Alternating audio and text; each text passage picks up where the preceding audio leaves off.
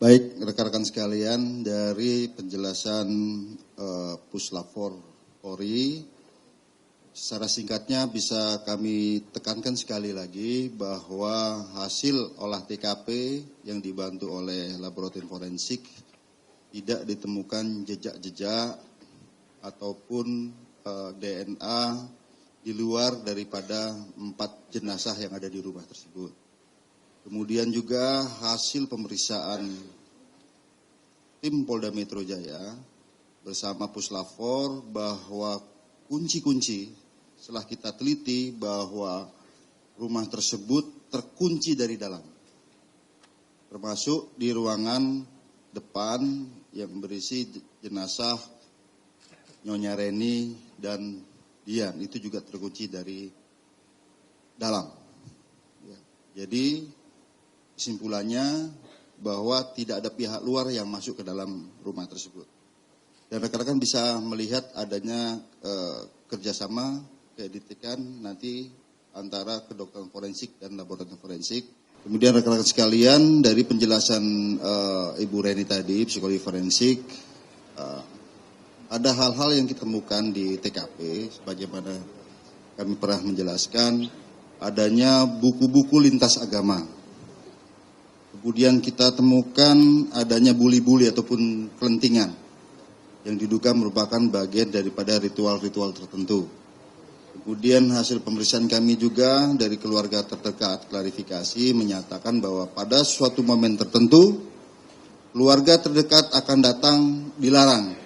Ya ada yang paling dekat salah satu keluarganya itu ya atas nama Nyonya L. Akan datang tapi dilarang karena sedang ada ritual. Kemudian juga kita ketemukan yang kami duga sebagai mantra-mantra, namun bertuliskan aksara tertentu. Kami meminta pendapat ahli ataupun legal opini dari ahli agama Islam, agama Kristen dan lain sebagainya. Kemudian kami hasil pemeriksaan tersebut kami minta bantuan dari sosiologi agama untuk menganalisis, untuk mengambil suatu kesimpulan. Dan ini mungkin ada keidentikan dengan hasil daripada psikologi forensik. Oleh karenanya kami persilakan. Kami harapannya adalah apabila ini tindak pidana, kami bisa menemukan potensial suspek. Kira-kira siapa tersangkanya? Ataupun close contact. Close contact ya, di sini kami telusuri ternyata yang kami dapatkan pada waktu-waktu tertentu di saat bulan Maret sampai waktu kematian itu ada berapa nomor yang justru menepis bahwa ini terjadi tindak pidana tertentu, apakah itu pencurian kekerasan ataupun pencurian biasa. Nah salah satunya yaitu pada saat almarhum Budianto ini berniat untuk menggadaikan rumahnya. Jadi pada saat itu pada bulan Mei tanggal 13 diketahui sudah Nyonya Reni sudah menjadi mayat. Di sana setelah kita analisis dari digital forensik kita temukan saksi, kemudian saksi menyatakan bahwa itu sudah menjadi mayat sebagaimana kami sampaikan pada saat ingin gadaikan rumahnya, ingin bertemu dengan Nyonya Reni sebagai ibunya karena sertifikat atas nama ibunya. Begitu masuk, tidak boleh menyalakan lampu karena rentan terhadap sinar. Bangun, begitu dihidupkan flash ternyata menjadi mayat dan memang menimbulkan bau yang sangat luar biasa. Nah di sini kami perdalam lagi, apa buktinya bahwa saudara pernah ke rumah tersebut? Ya kita temukan foto ini. Ya menyatakan bahwa setelah melihat ibunya sudah menjadi mayat, kemudian saksi menyatakan ini sudah menjadi mayat, langsung menangis. Ini posisinya sedang menangis ya. Atas nama Dian. Masih nangis bahwa ibu saya masih hidup. Ibu saya setiap hari pasti saya beri susu. Waktu di dalam sempat nyisir yang rambutnya rontok semua ya. Ini salah satunya digital forensik. Oleh karenanya rekan-rekan sekalian, ini sebagai contoh saja hasil pendalaman penyelidikan kami dari didukung oleh berbagai tim ahli ini ada keidentikan satu sama lain. Kemudian rekan-rekan sekalian,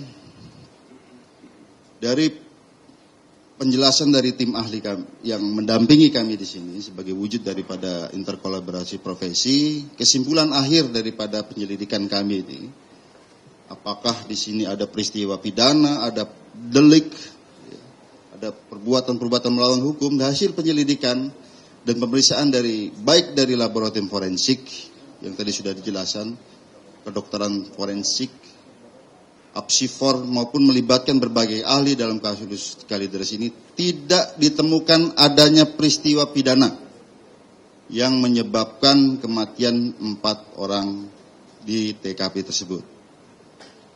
Kemudian yang kedua, tidak ditemukan motif ataupun alasan kematian terhadap 4 orang, yaitu apakah itu karena bunuh diri, suicide, itu tidak ditemukan. Kemudian tindak pidana lain itu tidak ditemukan di sana, ataupun pembunuhan biasa. Oleh karenanya rekan-rekan sekalian, hasil penyelidikan kami tidak ada peristiwa pidana, maka kasus ini ke depan akan kami hentikan penyelidikannya. Selanjutnya rekan-rekan sekalian, hasil penyelidikan kami yang sangat detail dengan berbasis scientific crime investigation, kami telah menemukan bahwa kematian yang terjadi di TKP Kalideres ini adalah kematian wajar dalam kondisi yang tidak wajar. Ini merupakan fenomena yang cukup unik bagi kami, juga merupakan pengalaman yang sangat berarti dan sangat jarang ditemukan kasus seperti ini. Oleh karenanya ke depan kita akan bekerja sama dengan kampus untuk meneliti fenomena ini. Kemudian rekan-rekan sekalian, ini pesan kepada masyarakat terhadap fenomena yang terjadi ya. Di samping mungkin sebelumnya kami perlu sampaikan, TKP ini pada saat awal sterilitasnya itu sudah sangat berkurang. Sudah tidak steril. Mengapa? Karena memang didahului oleh masyarakat yang masuk ke sana. Memang berniat baik, tapi justru sedikit menyulitkan kami untuk melakukan penyelidikan. Disiram kopi, begitu dicek oleh kedokteran forensik, kemudian dicek oleh laboratorium forensik, banyak kafeinnya itu. Jadi ini kan sangat mempersulit kami pada saat penyelidikan. Ini salah satu pelajaran, apabila ketemu kasus seperti ini, segera menghubungi pihak kepolisian, biar pihak kepolisian yang akan mengolah TKP sehingga sterilitas tetap terjaga. Kemudian ini pesan pada masyarakat bahwa kita jangan percaya terhadap asumsi. Asumsi dini tidak dapat diandalkan karena tidak ada bukti yang kuat untuk mendukungnya. Ini kan banyak sekali asumsi yang berseliweran di jagat maya dan lain sebagainya. Asumsi dini bisa menyebabkan diskriminasi dan stigma terhadap orang yang terlibat dalam kasus. Kemudian yang ketiga, asumsi dini bisa menghambat proses penyelidikan yang objektif. Nanti yang terjadi adalah kebenaran bukan berdasarkan fakta, tetapi berdasarkan banyaknya suara. Ini yang menimbulkan nanti adanya fenomena post-truth yang akan kami jelaskan di belakang. Asumsi dini bisa menyebabkan polisi untuk perhatian pada suatu hipotesis tertentu dan mengabaikan bukti lain yang mungkin bisa menjelaskan kasus. Kemudian asumsi dini bisa menyebabkan pengambilan keputusan yang salah dalam menyelesaikan kasus.